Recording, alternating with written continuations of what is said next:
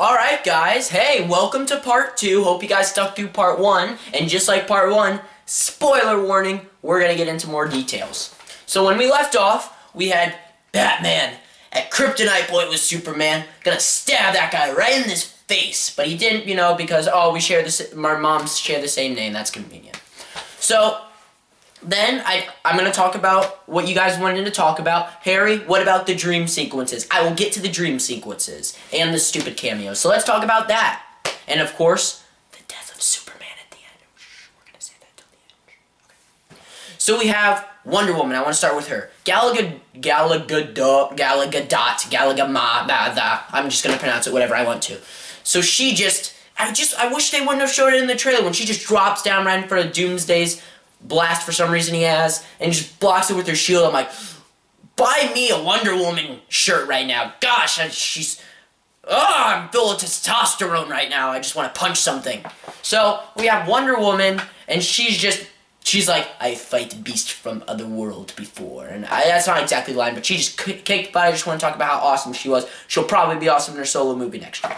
So let's talk about the dream sequences. And not the one where, he's looking at the grave and the bat comes out and grabs him and stuff. It's symbolic again. Let's talk about the big dream sequence. Harry, what about the post-apocalyptic world that Batman sees halfway through the movie? And spoilers for Injustice Gods Among Us, which is a PS4 Xbox fighting game, if you don't know. But why that has connection to this? Because I think they're going that route, and I will explain it. So, we have Batman imagining this post-apocalyptic world, and if you didn't see the big sign in the sand, that was the Omega symbol. That means, Darkseid's coming, big baddie for Justice League. We'll get into that later. So we have Batman, and he's like, you have the stuff, and then he opens it, and it's the kryptonite, because, and I guess, like, we don't know what's Batman been doing in this post-apocalyptic, wow, that's a hard word to say, I just realized that. But then, right when he opens the crate, the Superman soldiers start wasting everyone. It's like, oh, what are these Superman soldiers doing? And then you see these flying things, and I bet the common moviegoer would be like, what am I watching? It's just like Bug's Life starring Superman. But no, those are parademons, which are minions for Darkseid. Sorry if you can hear the vacuum. We're renovating in my basement, like I said.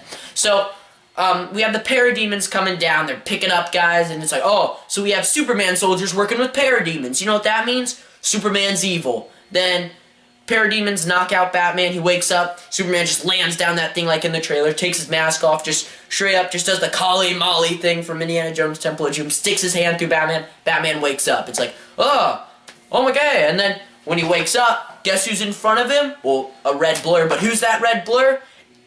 Ezra Miller's Flash, that's who, if you didn't know. Sorry for that was disgusting.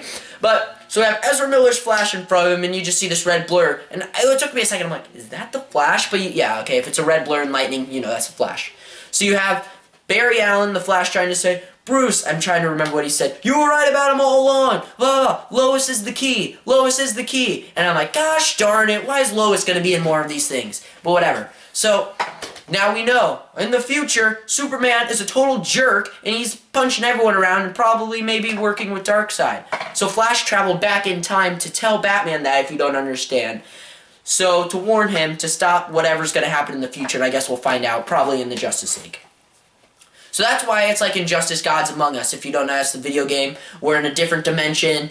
Lois Lane dies, which creates this huge war, and Superman's like, oh, what have we done? I have to turn evil now and kill all of my superhero friends. So he does that, and maybe that's what the route where we're going to go. We don't know. That's the thing. So that's the first dream sequence, and I guess that's the only one that matters. Let's talk about the cameos. The stupid cameos. Alright, some of them were pretty cool. But how Batman, we saw the themes. Batman gets a flash drive from Lex Luthor's headquarters when he's taking the kryptonite, gives it to Wonder Woman and says, I know there's more like you, you're not the only one. Then there's the Flash symbol. She opens the video, it's a video of Ezra Miller's Flash saving some guy from getting mugged or something at a convenience store, I think. Aquaman symbol. Whoever made all these symbols at LexCorp must be paid, like, a lot, because, like, pretty unique guy. But we have, like, Jason Momoa's Aquaman just coming out of the water, just, like, mystical, like a freaking mermaid or something. I don't know. I'm like, the first thing you do with Aquaman, even though everyone already thinks Aquaman's stupid, as having, like, mystical, just, like, his hair's flowing and stuff, and he looks awkward in the water, and it's like, he'll be cool in the movie. It's Jason Momoa. And then you have, I forget the actor's name, but you have Cyborg, if you didn't know. And there's that big cube thing that just, like, goes onto him at the end. That's a mother box, Darkseid. We'll find that out later, but that's what turns him into Cyborg. So our Justice League setup was come from an email.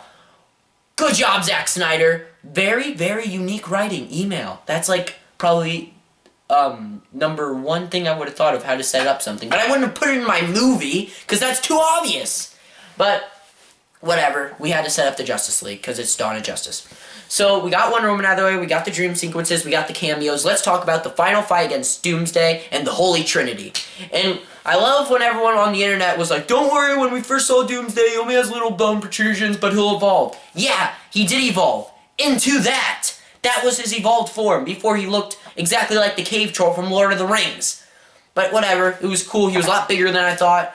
And yeah, we had, I loved it because we were seeing them team up and fighting. We were seeing Wonder Woman with the lasso, Batman, which I laughed watching, you know, because you see these Wonder Woman, Superman, godlike figures punching a huge monster. It's like, what is Batman gonna do? Throw like a stick at it? But he shoots his kryptonite gas grenades, which is harmful against Doomsday because he's from Krypton. So we have all these heroes working together, and then Lois is getting the spear out, but you know she's an idiot. So no offense, Lois, Amy Adams, you're a great actress, but you need to do something else. So we have Superman like, oh, I have to do the sacrifice, and I'm like, biscuits and gravy, they're gonna kill him, aren't they? And so I'm like, well, the fans wanted a death of Superman, and 3, 2, yep. Doomsday stabs him at the same time as Superman stabs him with the kryptonite spear. Doomsday's dead, but Doomsday stabs Superman with like a bone thing or whatever, so Superman's dead, and so is Doomsday. So I'm like, alright, you did the death of Superman arc like in the comic books, I'll give that to you, but I wanted to be more attached to Superman before you killed him.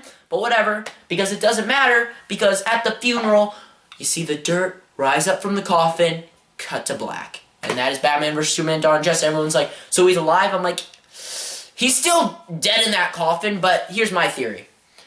If you watch the Flash TV show, and this is just common Flash knowledge, when the Speed Force comes and you run really fast, stuff starts to levitate. You know, like water comes out of glass and just dirt rises from the ground. So what I think happens is Flash is like, if we don't have Superman, we're going to get our butts kicked by Darkseid. So zoom, back in time, I'm going to save him. So that's why I think the dirt rose, you know, because he's going back in time. I could be completely wrong. That's just my theory.